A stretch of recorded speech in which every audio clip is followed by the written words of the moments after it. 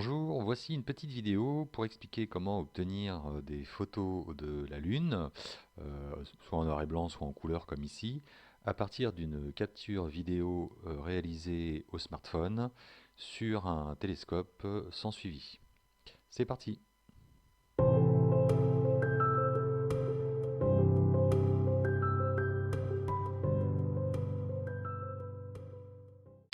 Alors voici la capture sur laquelle on va travailler.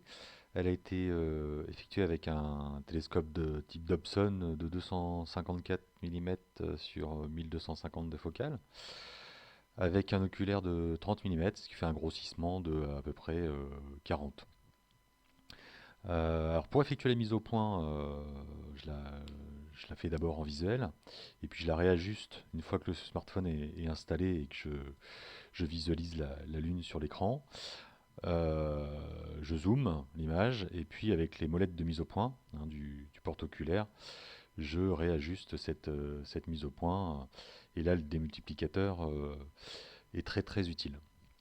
Donc là, c'est une petite vidéo de 13 secondes en MP4 que j'ai réalisée avec Procam X, qui est une appli qui a l'avantage de pouvoir, enfin, de permettre des réglages très précis d'exposition, parce que la Lune est très très brillante. Et le risque est d'avoir une capture peu exploitable parce que surexposée. Donc je vais la faire défiler. Hop, puis là, je vais mettre une petite fenêtre témoin pour qu'on visualise le mouvement, puisqu'en fait là il est imperceptible à ce grossissement-là, quasiment. Voilà, donc là on voit bien que la Lune se rapproche de la petite fenêtre. Voilà, donc la capture a été réalisée un soir où le ciel était vraiment très très clair et puis l'atmosphère était peu agitée, donc voilà, ce qui donne une capture intéressante à exploiter.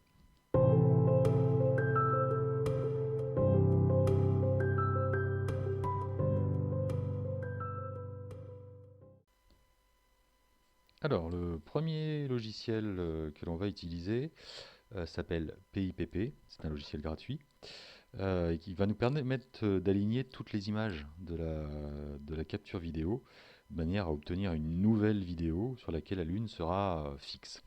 Voilà. Donc on peut également l'utiliser à partir d'une série de photos. Ça marche exactement de la même manière. Donc là, je vais aller chercher, hop, ma vidéo qui se trouve ici.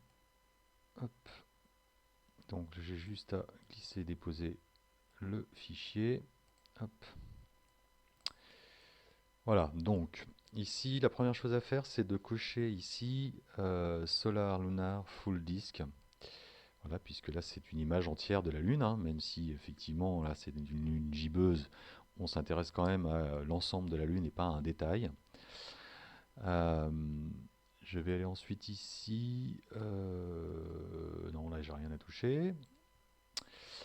Là sur l'onglet Processing Options, je vais décocher Convert Color to Monochrome, puisque moi je veux récupérer une image en couleur, avec des informations de couleur en tout cas.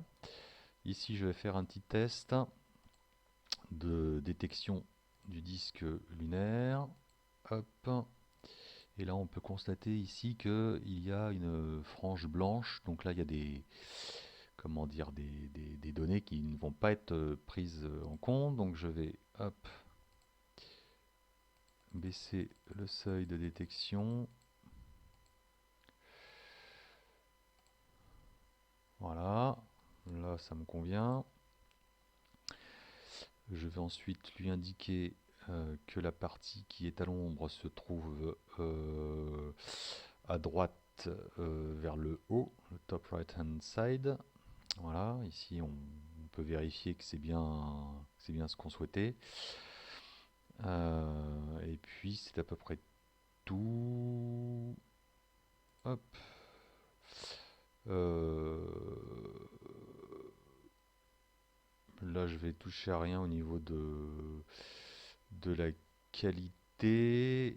Voilà, il va estimer la qualité des images. Et puis maintenant je vais lui indiquer que je veux, alors je vais le faire de deux manières. Je vais l'enregistrer en SER et je vais utiliser ce fichier dans le logiciel suivant pour empiler les images, mais je vais le faire aussi en AVI pour pouvoir vous faire voir tout de suite après le processus ce qu'on obtient comme vidéo. Voilà, donc do processing et je vais lancer le processus et je vous retrouve à la fin. Hop. Voilà, donc PIPP a tourné pendant une à 2 minutes et on obtient une nouvelle vidéo. Alors là, ça a été recadré par PIPP, donc la lune apparaît plus grosse à l'image. Et donc si je lance, donc on va constater qu'elle n'avance plus. Par contre, elle tremblote un petit peu, hein, puisque chaque image est passée par des couches d'atmosphère qui n'arrêtent pas d'évoluer. Et donc voilà, on a cette sensation de tremblotement. Je ne sais pas si ça va être visible de votre côté, mais voilà, on a l'impression qu'elle saute un petit peu, la Lune. Voilà, donc ça c'était la version en AVI. Et je vais utiliser par contre le fichier SER, mais on peut le faire également avec le fichier AVI, avec le logiciel suivant. Et donc c'est parti.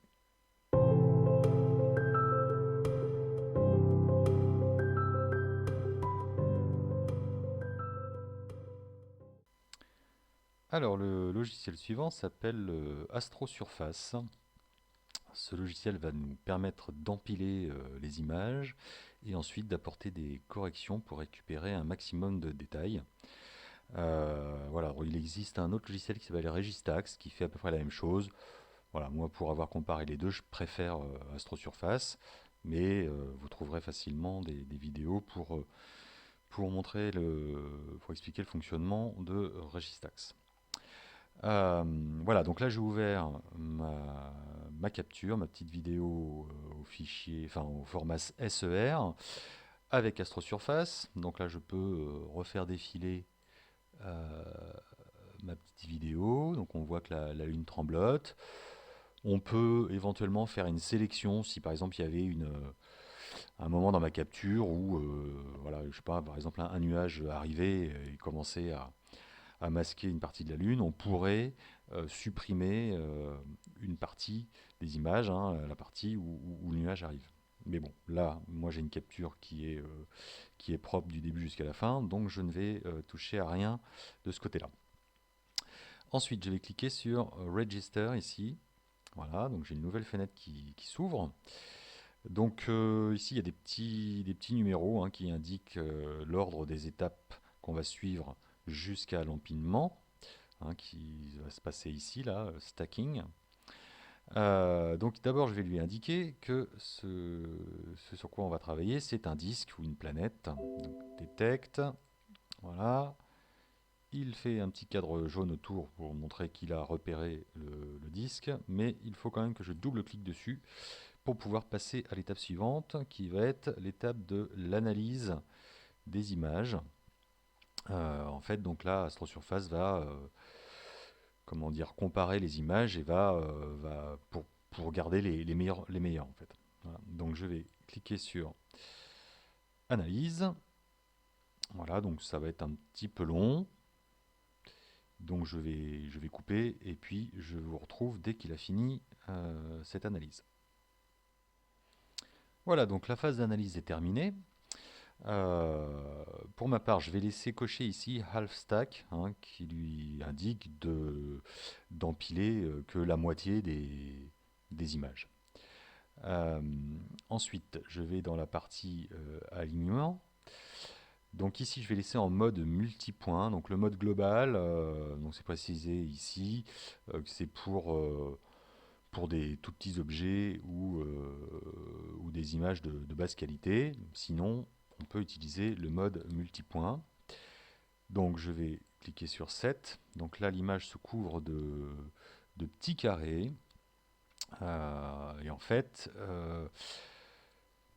le logiciel va essayer d'aligner toutes les parties d'image Parce qu'en fait, comment dire, l'atmosphère déforme chaque image et donc un cratère ne se trouve pas exactement à la même position sur toutes les images, même si globalement la Lune est bien centrée. Voilà. Donc voilà, il va redéformer chaque image pour aligner plein de points.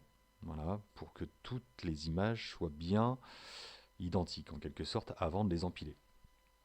Voilà, donc on peut changer le nombre là de petits carrés, hein. C'est-à-dire que si je le change là, voilà, là j'ai des carrés plus grands. À voir, après, ça dépend probablement de la qualité des captures. Voilà, là il se trouve que avec 40, moi je suis plutôt content du résultat. J'ai jamais eu de mauvaise surprise en tout cas, et je n'ai pas pris le temps de comparer très finement avec différentes valeurs. Mais voilà, vous pouvez essayer de votre côté. Donc je reclique sur 7 pour faire réapparaître ces petits carrés, et ensuite je vais lancer donc un empilement qui normalement est assez rapide.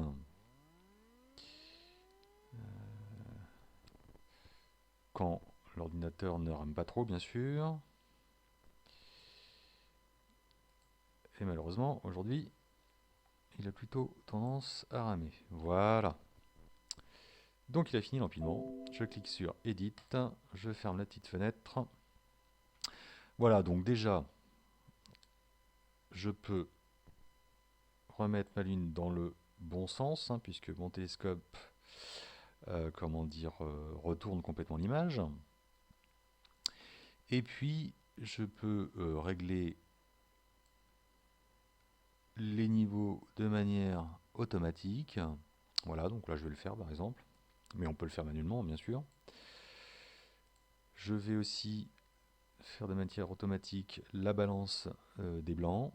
Voilà, donc j'ai une image plus neutre, on va dire, hein, moins jaune que tout à l'heure. Et puis ensuite je vais utiliser la fonction ici Wavelets qui va me permettre de récupérer des détails. Donc là, je vais tout remettre à zéro. Oui, donc forcément, il va me demander à chaque fois de le faire. Donc là, je vais lui indiquer la zone sur laquelle je veux que ça s'applique. Hop, je vais enlever le preview. Je remets tout à zéro, comme je l'ai dit. Non, là, je peux pas. Tac, tac. Voilà. Donc, je vais essentiellement toucher ces deux cadres-là, les wavelets, pour récupérer un maximum de détails. Donc, je vais zoomer un petit peu, voilà. Et donc, en fait, voilà, je vais cliquer sur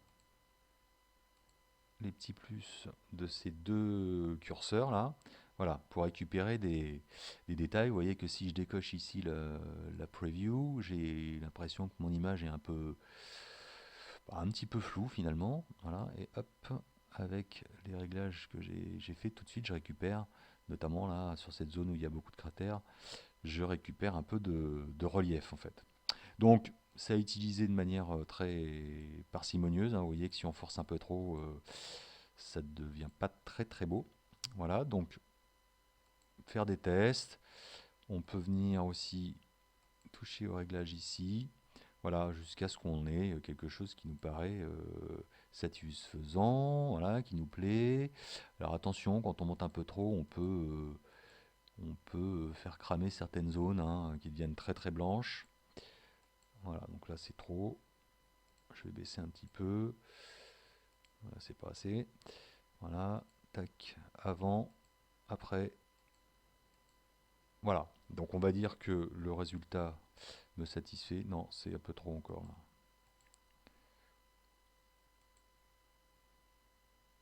Ah, voilà, on va dire que là c'est bien. On peut aussi toucher à ces paramètres là, la déconvolution de Richardson-Lucy. Bon, à essayer. Je suis rarement complètement convaincu.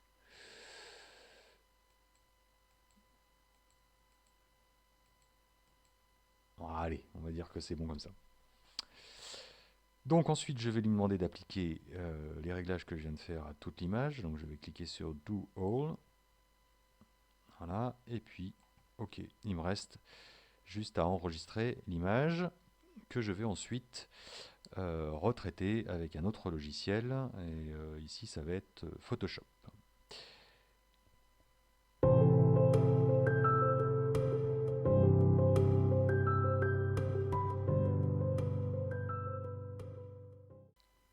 Voilà, donc j'ai enregistré mon image. Alors j'ai oublié de le préciser tout à l'heure. À l'issue du processus astrosurface, j'ai enregistré mon image au format TIFF. Voilà, puisqu'il garde toutes les informations, hein. C'est un format qui n'est pas compressé. Euh, voilà, donc j'ai mon image que j'ai ouverte dans Photoshop. Alors moi, c'est une vieille version de Photoshop, donc il est possible que vous n'ayez pas exactement les mêmes choses à l'écran, mais les principes restent les mêmes. Voilà, donc je peux zoomer un peu dans mon image pour regarder, voilà. Hop, j'en suis assez content, on va dire. Non, je ne peux pas faire. Alors, pour les personnes qui ne connaissent pas du tout Photoshop, voilà comment ça se passe. Ici, j'ai une petite fenêtre qui s'appelle Calque. Donc, si jamais vous ne la trouvez pas, vous devez pouvoir la trouver dans Fenêtre, Calque. Voilà. Où j'ai donc mon image qui, là, se trouve dans un calque qui s'appelle Arrière-plan. Alors déjà, moi, je vais faire une copie de ce calque. Donc, en venant cliquer et glisser jusqu'à ce petit icône là, tac, qui va me dupliquer mon calque. Voilà, donc l'arrière-plan, je ne vais plus m'en occuper. Je peux décocher le petit œil qu'il y a devant là pour qu'il n'apparaisse plus. Mais de toute façon, on ne le voit pas puisque j'ai une autre image au-dessus. Voilà, donc en fait, la fenêtre calque, tout ce qu'on va voir ici, plus on va monter vers le haut, et plus l'image va être haute dans la pile. C'est comme si vous preniez des photos et que vous les empiliez les unes sur les autres. Bon, bah, celle qui est sur le haut de la pile, elle cache toutes celles qui sont en dessous. Voilà. Alors la petite différence que les calques, ça peut être des images, mais ça peut être autre chose, ça peut être des réglages.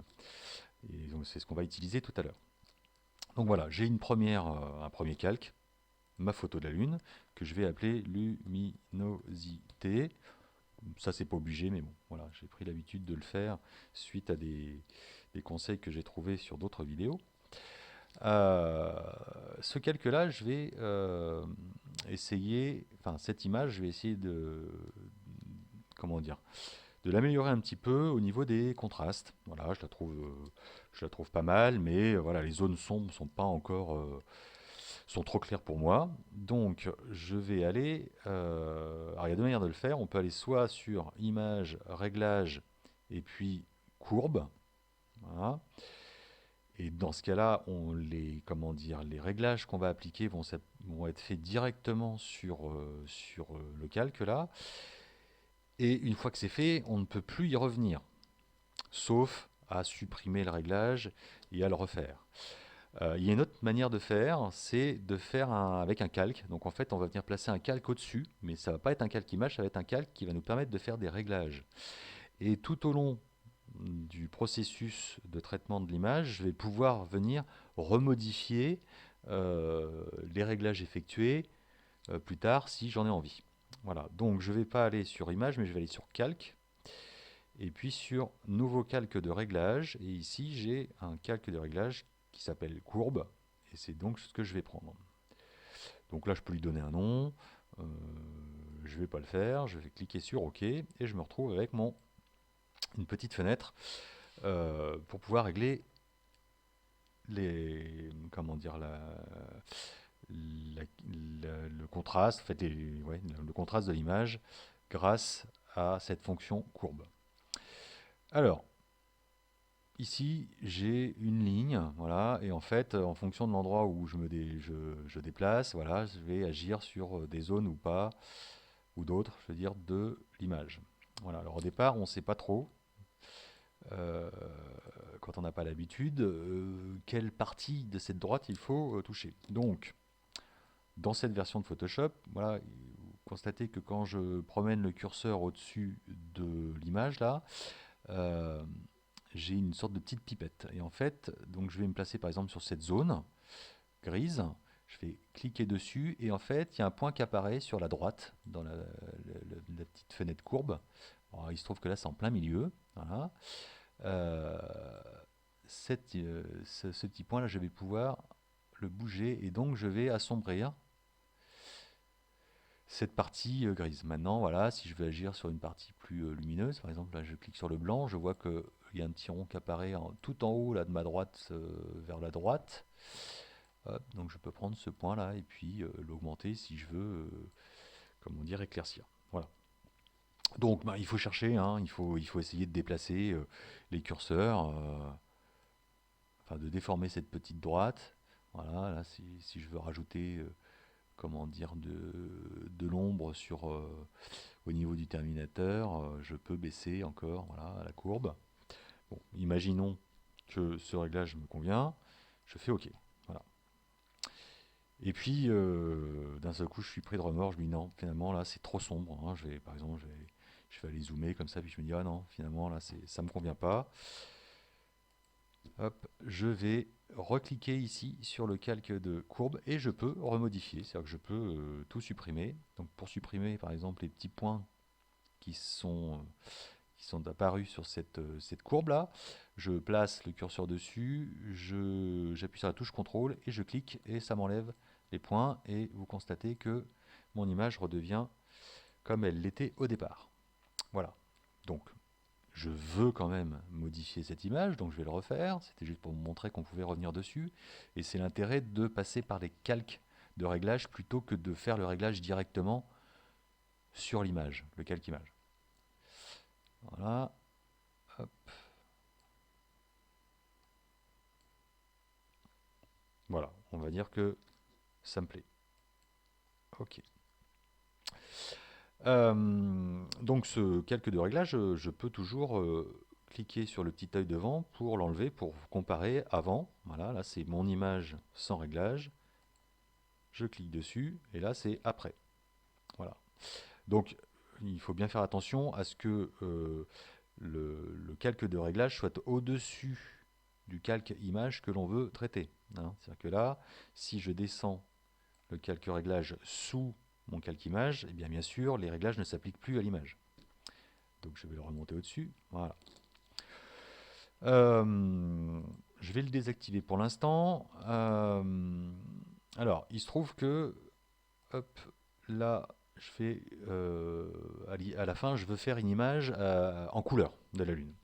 Donc il faut que je m'assure avant que, je dirais, les couches de couleurs soient bien calibrées. En fait, là, l'image, elle est constituée de une couche de vert, une couche de bleu, une couche de rouge. Voilà. Et si on regarde sur l'histogramme, donc pour faire apparaître l'histogramme, si ce n'est pas le cas, vous allez sur Fenêtre, Histogramme. Voilà. Et puis il y a plusieurs onglets, Navigateur, Info et l'onglet Histogramme. Voilà. Donc là, je constate que, par exemple, comment dire, l'histogramme de la couche bleue, là, il est un peu plus vers la gauche que les deux autres. Alors, je vais rafraîchir là. Donc, je vais m'assurer déjà que je suis bien sur le calque image, enfin luminosité. Ici, je vais aller indiquer que je veux la couche couleur. D'ailleurs, là, mon histogramme passe en couleur. Et puis, hop, je vais aller indiquer que la source, c'est le calque qui est sélectionné, c'est-à-dire mon calque luminosité. Et ensuite, je vais aller dans Images, Réglages, et je vais faire Couleur automatique. Voilà, donc j'ai ma lune qui a blanchi un petit peu là. Mais normalement, ici dans l'histogramme, je dois avoir mes trois histogrammes qui sont mieux alignés que tout à l'heure, voilà, qui sont bien superposés. Voilà. Une fois cette étape faite, je vais dupliquer mon calque luminosité. Donc je vais le glisser ici sur ce petit icône qui me permet de dupliquer le calque, de faire une copie. Et celui-ci, je vais l'appeler couleur. Voilà. Et puis je vais le passer au-dessus du calque de réglage, que je vais réactiver hein, pour voir si ça me plaît toujours. Ah oui, alors là forcément je l'ai réactivé, mais on ne voit plus le réglage puisque j'ai remis une image par-dessus. Donc j'enlève cette image, voilà. Donc là j'ai mon image avec un réglage de courbe, voilà, avant, après. Hop, je vais faire réapparaître le calque couleur, donc qui pour l'instant me masque tout ce qui est en dessous. Je vais lui appliquer un filtre atténuation et un flou gaussien. Voilà, donc avec un rayon de 2, et je constate que mon image est floue. Alors ne vous inquiétez pas, on ne va pas en rester là. Cette image floue, je vais ensuite, donc je suis toujours sur mon calque couleur, je vais ici, comment dire, aller le mettre en mode couleur. Alors je ne vais pas vous expliquer parce que je ne suis pas en mesure de le faire, mais euh, quand je vais faire ça, je le fais d'ailleurs, hop, mon image redevient nette, puisque le logiciel là fait un mélange de ce calque qui est au-dessus avec les calques qu'il y a en dessous. Et comme je l'ai mis en mode couleur, les réglages que je vais faire par la suite ne vont agir que sur la couleur. Voilà. Donc je me retrouve là finalement avec une image, comment dire, comme celle que j'avais tout à l'heure, quoi. Voilà. Et maintenant, je vais appliquer sur cette image, donc couleur, un calque de réglage. Hop, calque de réglage, mais qui va s'appeler teinte saturation. Donc je clique sur OK, je ne vais pas lui mettre de nom particulier. Voilà, donc ce calque de réglage va s'appliquer sur le calque qui est juste en dessous, qui est le calque couleur. Voilà, et donc je vais bouger le curseur saturation, voilà, tranquillement, jusqu'à ce que il y ait des couleurs qui apparaissent. Donc on peut constater ici, là, que ça devient un petit peu marron, rouge, voilà. Donc si je vais jusqu'au bout, ça devient très criard et très psychédélique. Donc voilà, il faut essayer de doser, voilà, de manière à ce que ce soit pas trop forcé, que ça reste assez naturel. Voilà. Donc moi sur ces parties-là, cette partie-là, et puis toute cette partie ici, je suis assez content du résultat. Par contre, sur le bord, là, la partie qui est vraiment dans l'ombre, ce bleu-vert là ne me plaît pas trop, voilà, n'est pas très esthétique. Mais bon, si je rediminue la saturation, je vais perdre les couleurs sur les parties qui me conviennent. Je vais donc pour l'instant dire que je suis d'accord avec ce réglage, sachant que je peux toujours revenir en arrière hein, en double-cliquant toujours sur ce calque de réglage, et là je peux tout remodifier. Voilà. Hop. Donc je vais revenir à un réglage qui me semblait intéressant, un peu fort encore là, voilà, et je vais faire OK. Et donc vous allez me dire, bah oui, mais là, il y a cette partie là qui est vraiment pas belle. Donc, l'avantage des calques de réglage, donc vous voyez qu'ici, au niveau de ce calque, il y a une partie, un premier carré qui correspond au réglage, et puis là, il y a ce qu'on appelle un masque.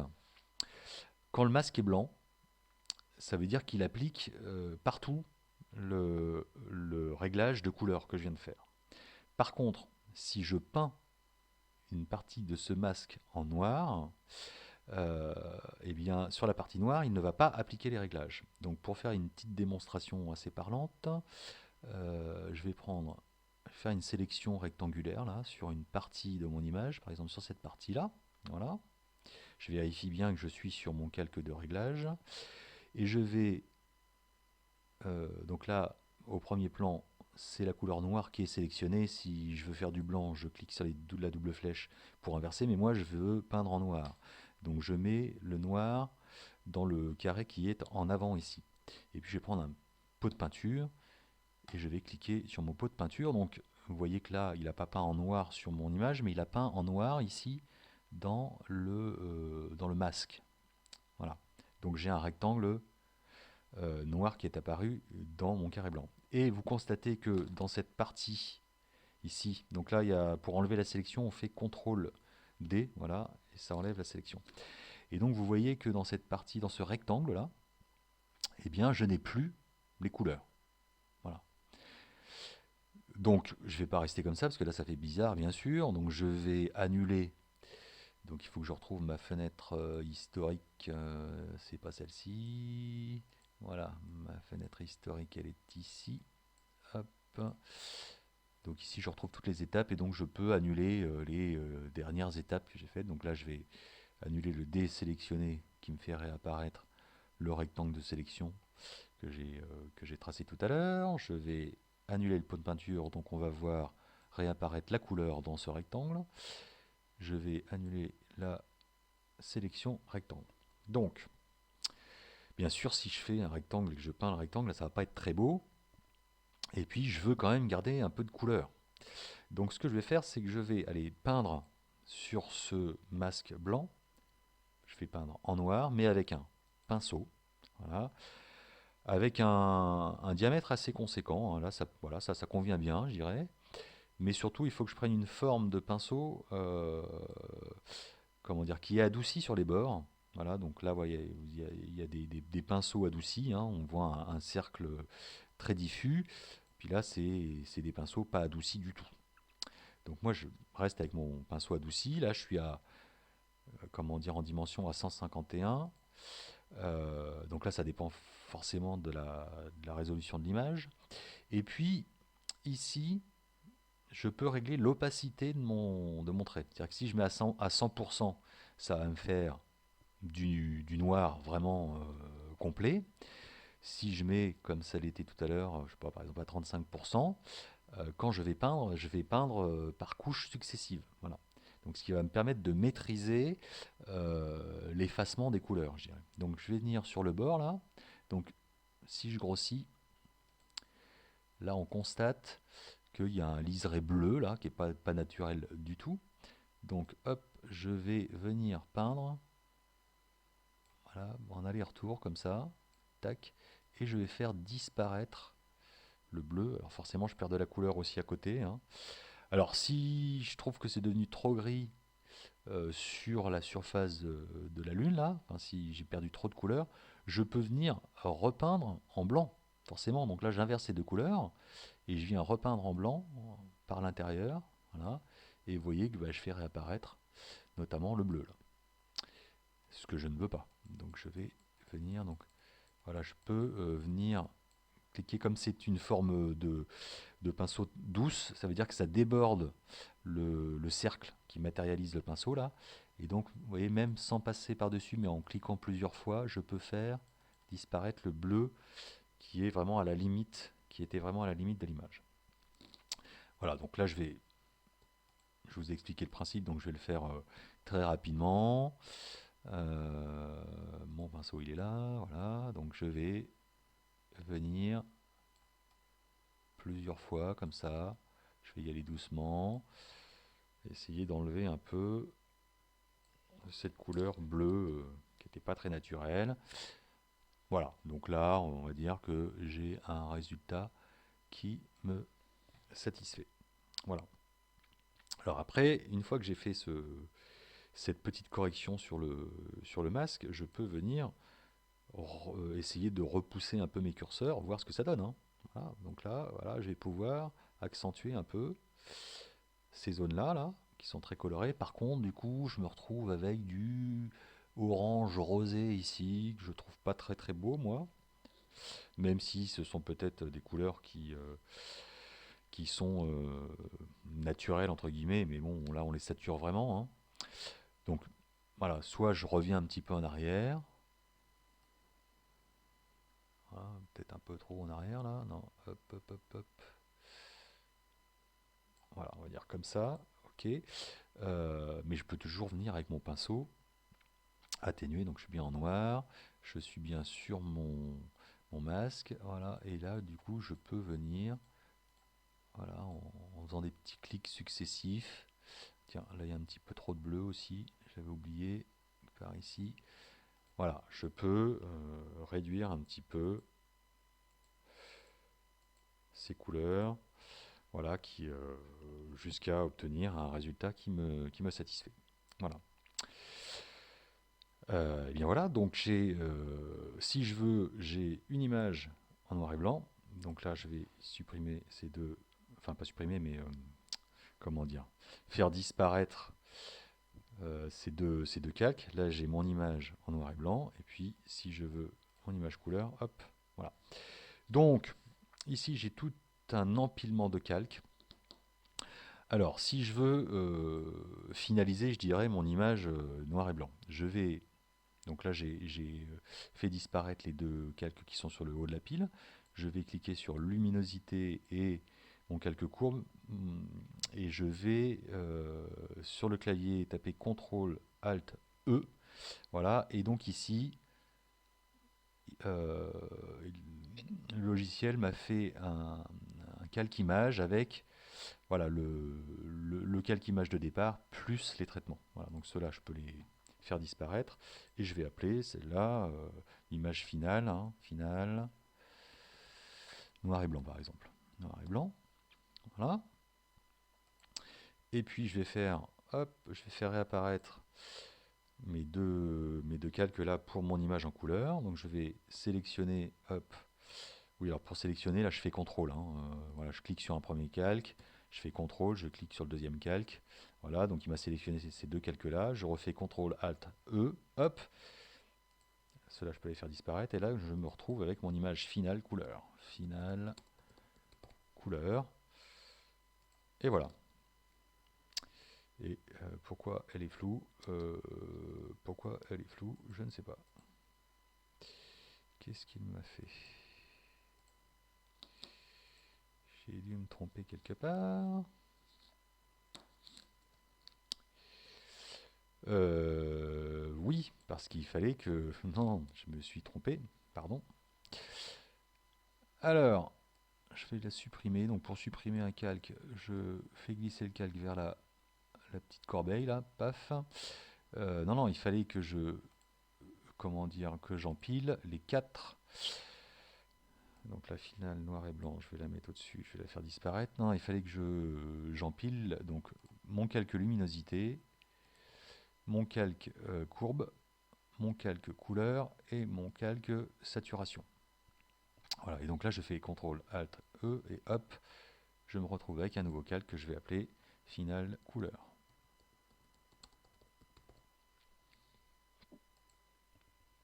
Voilà, et donc j'ai mon image en noir et blanc et mon image en couleur. Voilà. Alors après j'aurais pu aussi, hein, si je voulais, recliquer sur mes courbes, donc en laissant le calque couleur et le calque de réglage teinte saturation et retravailler mes contrastes de l'image, voilà, pour essayer d'obtenir quelque chose qui me satisfait vraiment en termes de contraste. Voilà, donc on peut jouer comme on veut. Bon, là je vais annuler. Voilà. Voilà le principe. Donc après, à vous de voir en fonction de vos images quel réglage vous souhaitez appliquer. Voilà.